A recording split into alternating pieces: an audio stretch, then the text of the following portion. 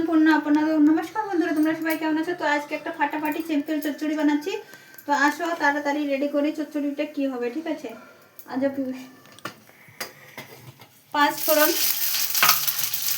তেজপাতা, अदरक, हरी मिर्ची,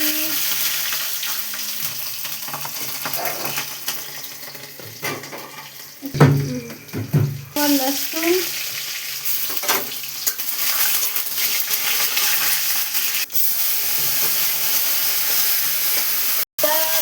डांडा दिए चच्चड़ीटा करेছি,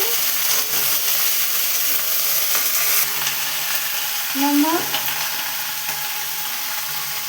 हल्दी ছেড়ে দিচ্ছি। তার সাথে সিদ্ধ হওয়ার জন্য যেহেতু গোবির ডান্ডাগুলো আছে, ঠিক আছে, একটু ঢাকন লাগা দিচ্ছি জন্য। তো বন্ধুরা দেখি ঢাকনটা আমি চেঞ্জ করে দিলাম। তো দেখি এখন কেমন হয়েছে। একটা খুব সুন্দর 5 ফোড়নের খুশবুটা বের হয়েছে বন্ধুরা, ফাটাফাটি অসাধারণ একটা খুশবু আসছে 5 ফোড়নের। এই দেখো, আবার একটু নেড়ে চেড়ে আবার একটু ঢাকন লাগিয়ে দিই।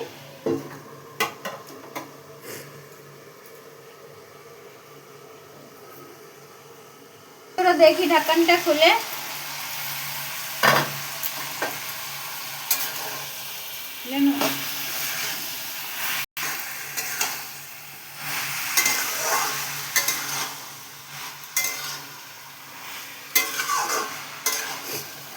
হয়ে যাচ্ছে। আমি একটু ঝালের জন্য শুকনো লঙ্কার গুঁড়া দিচ্ছি, এই দেখো, ঠিক আছে।